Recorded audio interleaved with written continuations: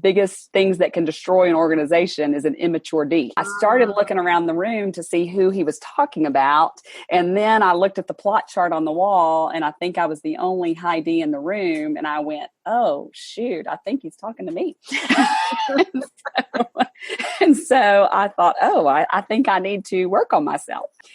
Reagan Robertson here with Everyday Practices. You know, as we round out the total roller coaster that was 2020, Chad and I want to stop for a second and thank you. Thank you for your listenership. And more importantly than that, thank you for not giving up. Thank you for committing to putting one foot in front of the other, even when uncertainty was clearly upon the whole world. Thank you for your commitment to your patients and your community. You've so got this, and we're going forward with you in 2021. Over 100 episodes and 25,000 downloads later, we are so honored you choose to spend your time with us.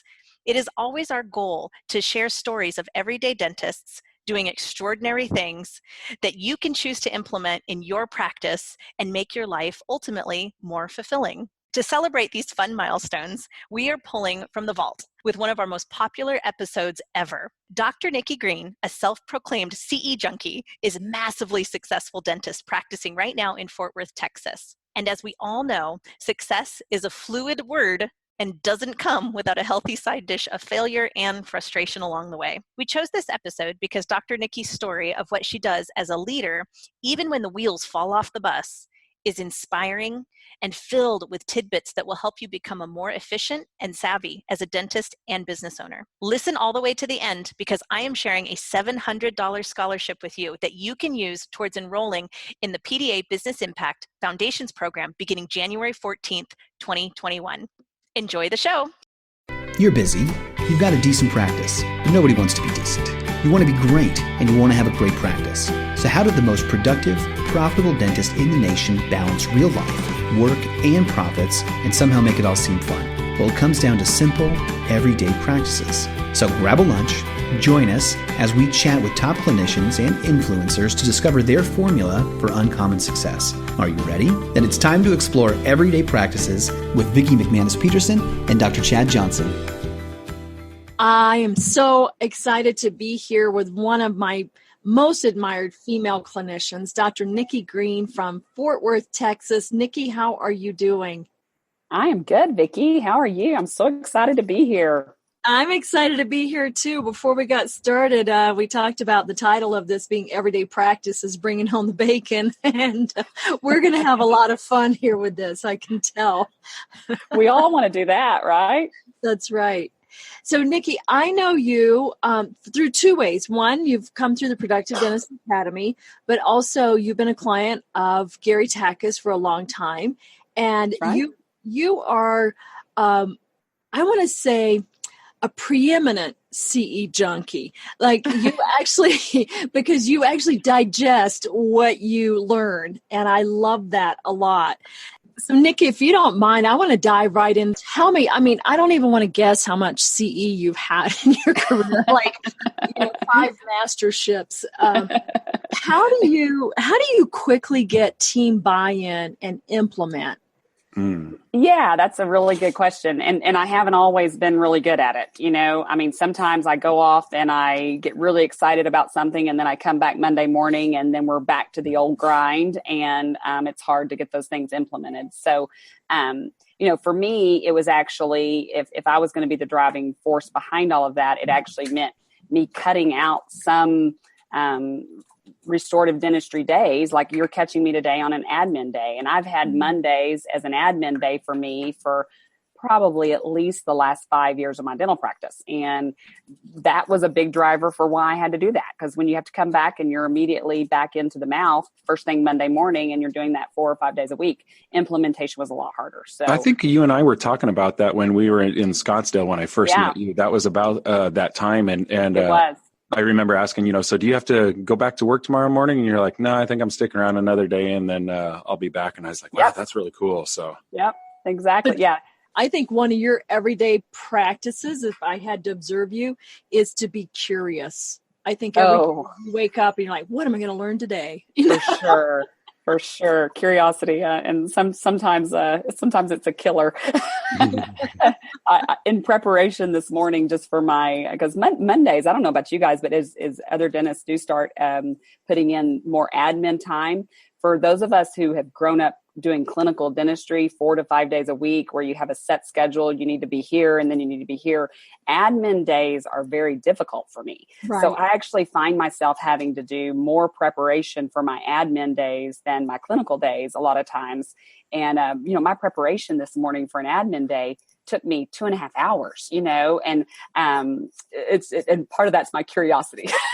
Do you find that you have to be a lot more disciplined in how you structure that day? So that yes, way more disciplined. Yes. Right. Yeah. Because my team disciplines me on the other days, right? They set the schedule and I just go where they tell me to go for the most part. Whereas, on my admin days, it's all up to me to be productive, and it's more difficult to measure the productivity, right? So you gotta, maybe if it's implementation of something I learned at a CE, then I've got to set myself some landmarks, that I want to achieve over the next few weeks. So to speak. Hey, Nikki, so tell the listeners, why is doing well at business important to you as a person, not just, talking strictly clinical stuff, but as the bigger picture with a family and whatnot. Right.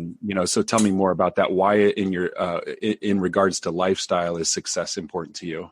Sure. So, I think it boils down initially to personal gratification. I just get a lot of personal satisfaction out of growing things, whether it be my business, whether it be my son, whether it be my friend connections, my family connections, whatever that may be. I like to grow things. So that's been a big driver for me to grow my business. Secondarily, it is just having accomplishments, setting goals and achieving them. And I was doing some goal review, just the other day of where I am for this year, and we're on target, if not over, and I that gives me great satisfaction to know that we've accomplished that. And then, moreover, for my family, I have one son who's 15, and I want to model success for him, and I want to model being productive and getting things accomplished. And I guess I'm maybe doing that because he's actually sitting next to me right now as I do this podcast, because today is a school holiday and he is banding instruments. So in honor of Columbus. Nice. That's right. I bet. So yeah, so that is probably the bigger driving factor is, I want to model success for him. I want to create experiences for him.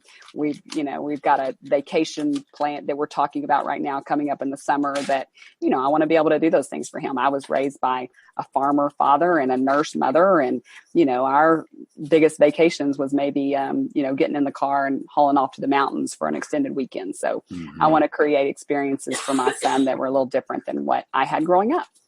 Let me ask you, Nikki, as a woman in dentistry, I kind of wanted to go down that path just for a minute. How does that work as a business owner? And what are the strengths that you can more easily get to? And what are some of the weaknesses if you can think of any?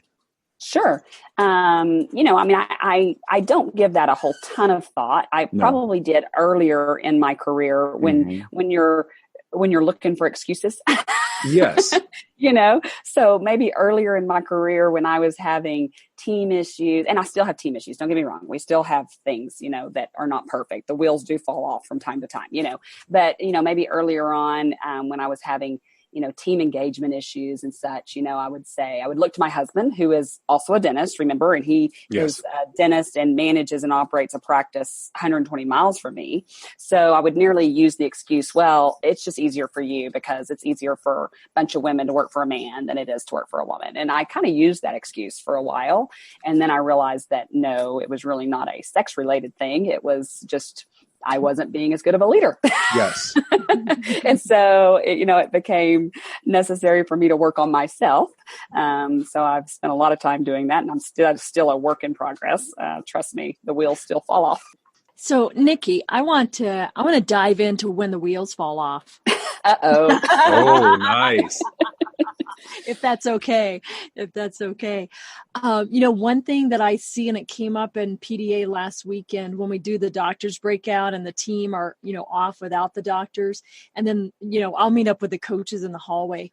and I'll say, hey, Dr. So-and-so is really ready to move the practice forward, but she's afraid that her team is not on board with this. And the coach will always 100% of the time say, oh my gosh, the team is so on fire. They're Right. hoping that the doctor gets fired up. Oh, Right? that's funny. So I think you've probably seen that too. And Sure. you kind of tipped your hat a little bit there and touched on it with the differences between you and Bob and your teams, and that you just woke up one day and said, well, it's none of these excuses. It's that I need to be, a better leader. And Right. oftentimes I'll do a surgical implant into the spine of doctors. We replace their wishbone with a backbone. And I'm just wondering, how did you discover your backbone as a leader?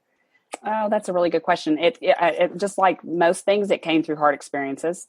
So I can point back to a couple of specific experiences. One was, you mentioned that Gary Takis has been my coach, and he has been my coach for many years. Even prior to me starting to utilize PDA, he was my coach. And he came in, it's been about nearly 6 years ago now, and he came in first and did some just DISC training with me and my team, so we dove into our personality types. And I know this is hard for you to believe, Vicki, but I'm a high D. And that's why you and I get along. That's right. And he had a really, he made a tough statement, and he said, one of the biggest things that can destroy an organization is an immature D. And I started looking around the room to see who he was talking about. And then I looked at the plot chart on the wall, and I think I was the only high D in the room. And I went, oh, shoot, I think he's talking to me. and so I thought, I think I need to work on myself. So, and so that kind of started the journey. It started the journey into just, buying books. I'm an avid reader, and downloading books on, just how to be a better leader. So I just started, kind of diving into some of those things. And then I had a difficult time in my practice when I thought that the answer to my next level of growth was going to be to bring in a partner. And so I brought in a partner kind of sight unseen, and it just didn't work, as many dental partnerships do, particularly when you don't do the proper amount of vetting. And so it just didn't work. And after a year and a half of kind of suffering through that, went through a really ugly partnership divorce, and when I started through that process, again, Gary was still my coach at the time. And he said, you really need to work on your emotional intelligence. He said, that's the only way you're going to come out of this, ahead. And so I did. I really started working on my emotional intelligence, and I came out of it ahead. Did I lose several $100,000? Of course I did. But I did not lose a single team member. And, I did not lose a single day of productivity, so, and did not lose any patients, so there was just a lot of good things that came out of it, but it had to start with me working on myself. So. Wow. I think you just saved a lot of people a couple of $100,000. I hope so. If I didn't, you can share my contact at the end of the show, and I'll continue. That was my journey too, because most of my role models for leadership were men. And so I thought, you know what, I'm going to be tough. I'm going to, I'll just tell you what to do. People need structure. They need boundaries. It's my show. They're going to be happy to go. And Lordy, that wasn't true. So, I put myself, I think I spent like 2 or 3 weeks in Atlanta getting certification in emotional intelligence. Like reading the book was not enough for me, Nikki. It wasn't enough. You're right. No, I had to be incarcerated for a couple of weeks and interned and, reprogrammed because, I just grew up a scrappy tomboy. And me too. It wasn't natural. And now people are like, oh, you're just so sweet and kind. And I'm like, oh, really? I'm getting used to those words. I'm more collaborative now. I don't blow up like Mount St. Helens. Yeah. They used to call me Mount St. Vicky. They haven't shared with me what names they called me, but I'm sure at some point, when it's a little further removed, a little further back in the memory banks, they'll let me know what my name was. Yeah.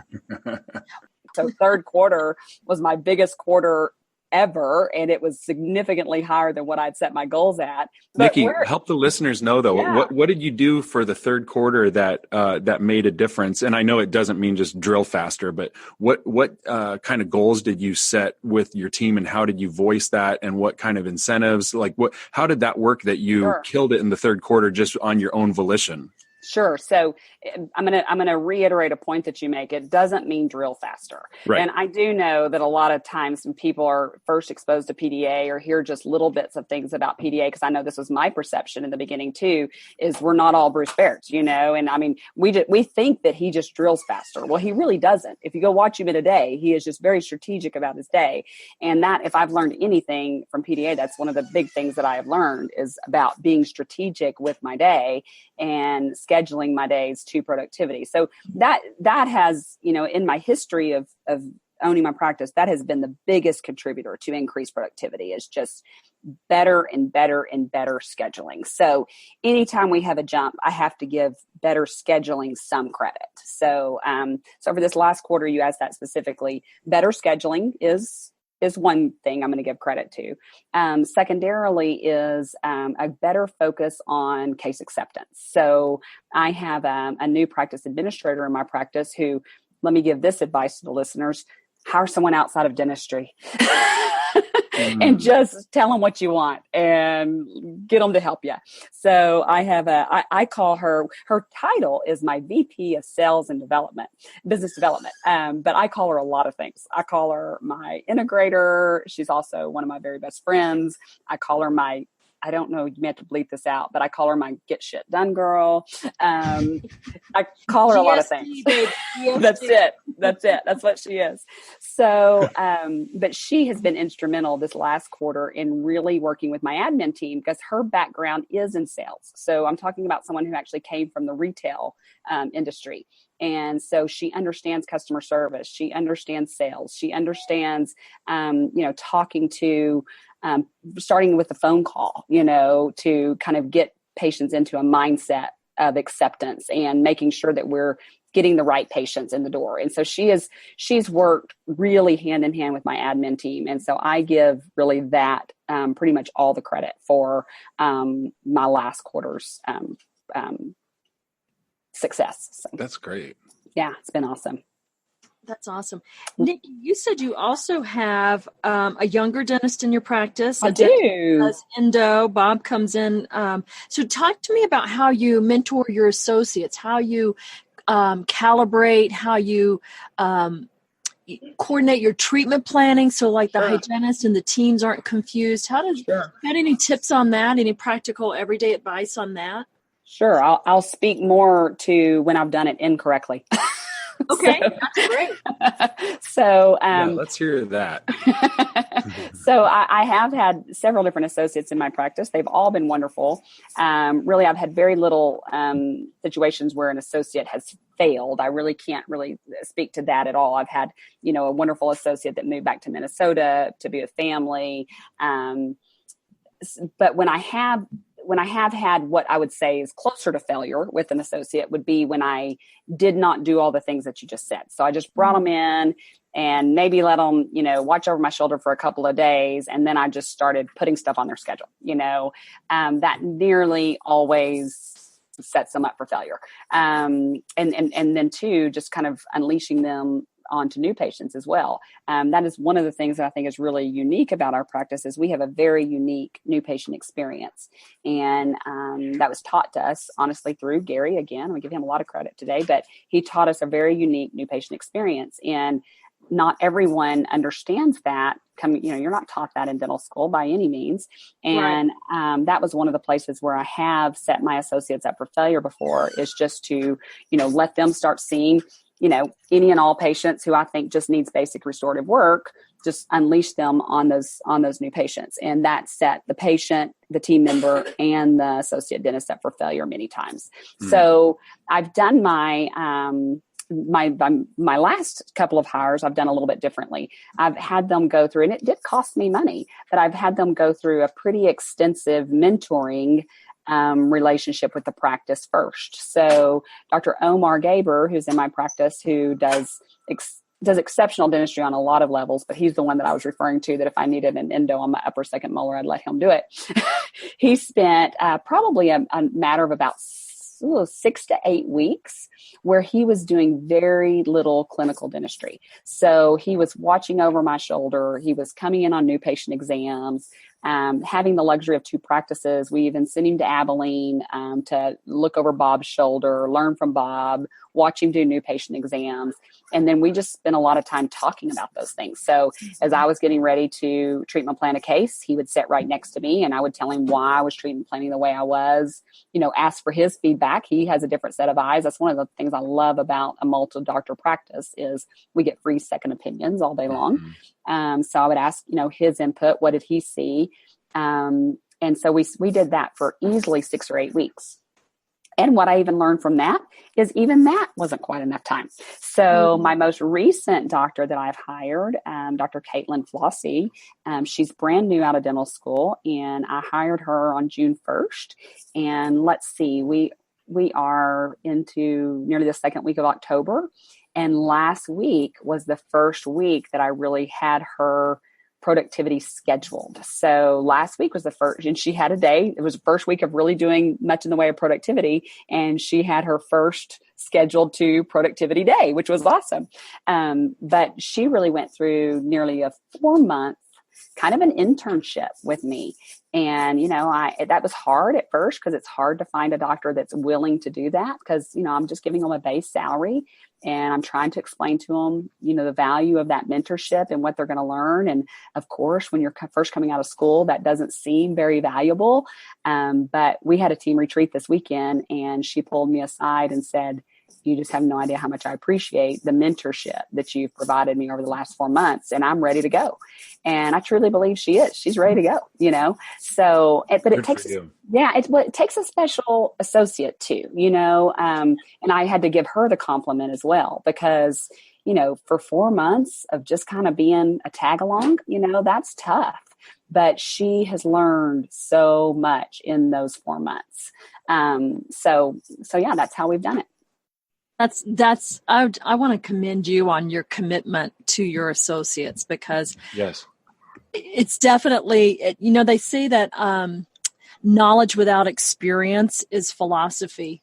And I hear a lot of philosophy about how that is the right way to bring on an associate, but it's always said in air quotes, like in an ideal world, I would have them shadow me. And right. So I really want to commend you for making that experiential, not just philosophical.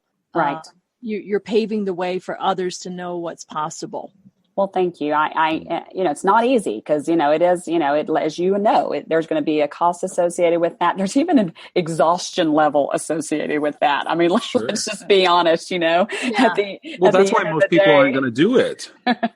Yeah. Right. Were there any aspects of it, like you videotaped or you archived so that the next associate you bring on, it would be even easier? Did you find any ways? No, but I'm jotting that one down, Vicki. I like it. Yeah.